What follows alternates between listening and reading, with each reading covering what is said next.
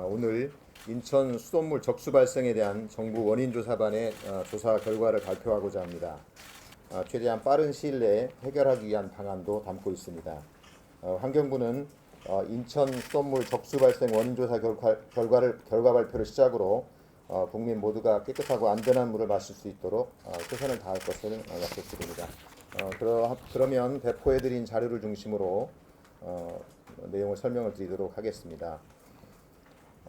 지난 5월 30일부터 발생한 인천 수돗물 적수 사고에 대한 정부 원인조사반의 중간 조사 결과를 발표해 드리도록 하겠습니다. 정부 원인조사반은 환경부, 수자원공사, 한국환경공단 등이 참여해서 4개 팀 18명으로 구성되었고 6월 7일부터 사고 원인 조사, 정상화 방안, 재발 방지 대책 등을 마련하는 일을 수행하고 있습니다. 상황 종료 시까지 운영을 해 나갈 계획입니다. 그러면 먼저 사고 개요를 말씀드리도록 하겠습니다.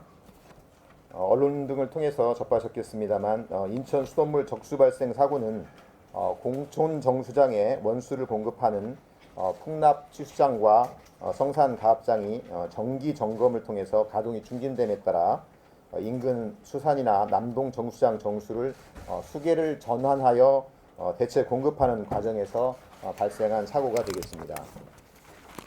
5월 30일 13시 30분경에 인천광역시의 검암과 검단 지역인 서구 지역에서 최초로 민원이 접수되어서 사고 발생을 인지하게 되었고 사고 발생 4일 후인 6월 2일부터는 영동 지역 그리고 15일 이후인 6월 13일부터는 강화 지역까지 수도전에 끼워 쓰는 필터가 변속된다는 민원이 발생하는 등 현재까지 민원이 지속되고 있는 상황입니다.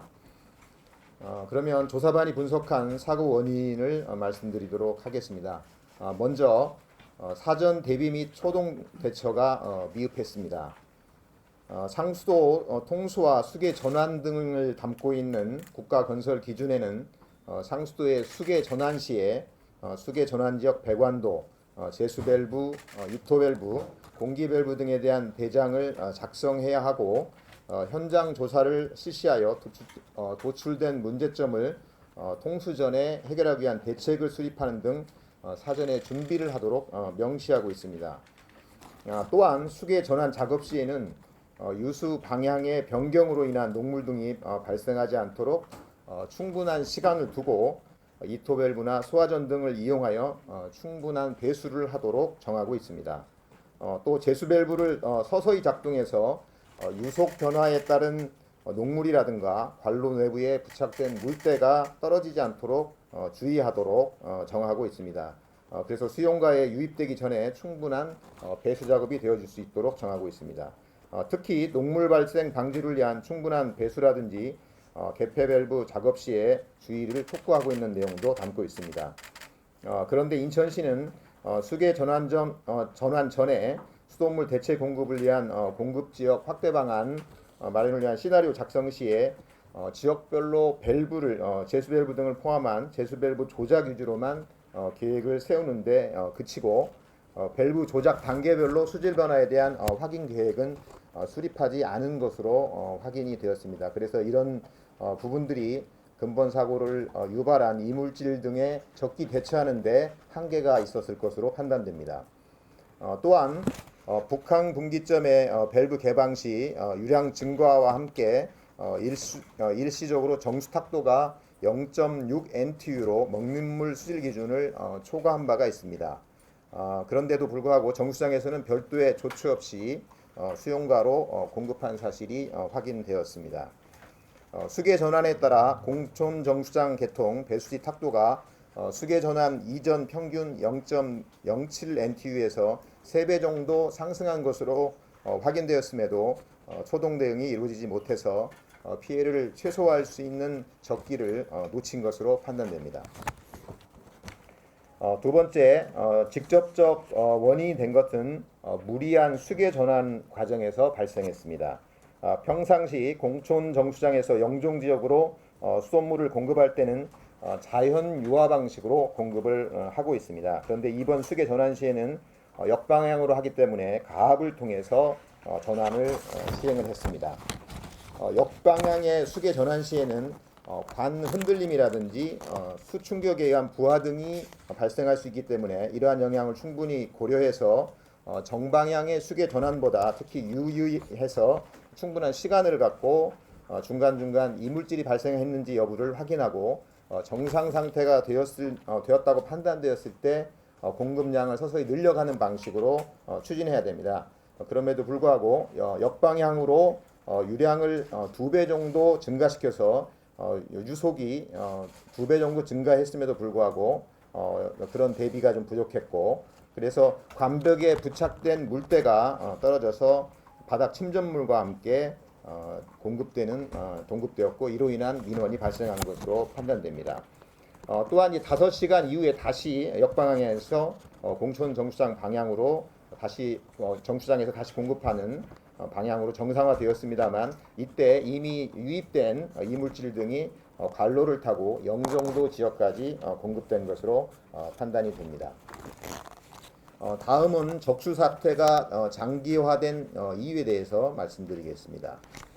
당초 정수지 탁도가 기준 이하로 유지된 것으로 인천시에서는 판단을 하고 또한 이제 정수지 및 흡수정의 수지는 이상이 없는 것으로 생각을 했습니다만 저희들이 조사한 결과에 따르면 탁도계가 정수지에서 고장이 있어서 정확한 탁도 측정이 이루어지지 않은 것으로 판단이 되고 또 이런 탁도 측정이 정상적으로 이루어지지 못하다 보니까 공촌 정수장 정수지와 흡수정이 이물질의 공급소 역할을 한 것으로 판단됩니다.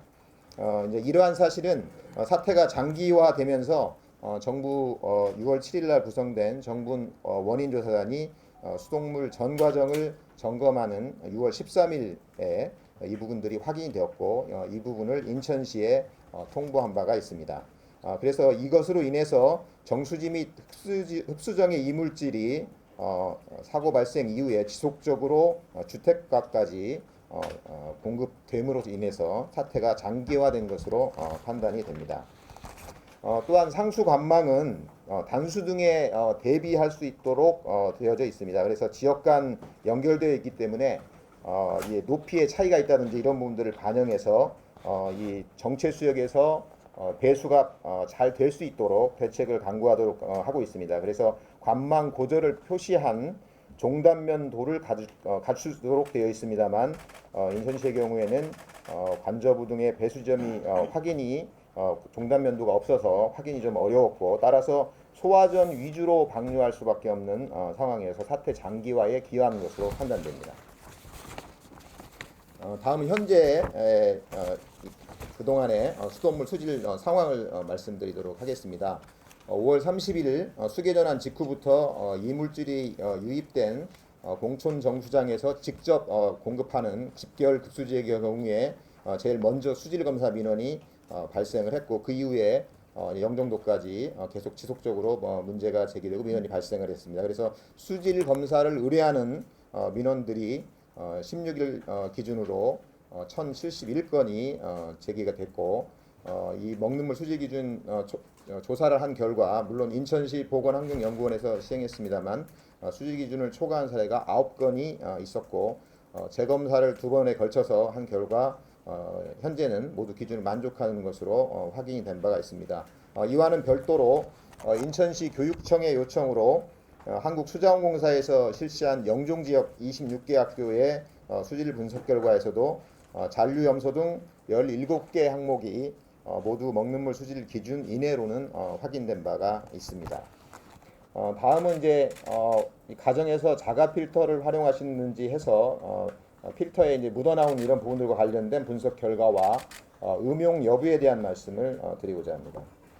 원인조사단에서 필터 이물질에 대한 성분을 분석해 본 결과 깨끗한 필터의 경우에는 탄소가 99%이고 무기원소가 1% 정도로 나타났습니다만 오염된 되었다고 판단되는 필터의 경우에는 알루미늄이 36에서 60%, 망간이 14에서 25%, 철 등 기타 성분이 26에서 49%를 차지하는 것으로 확인되었습니다.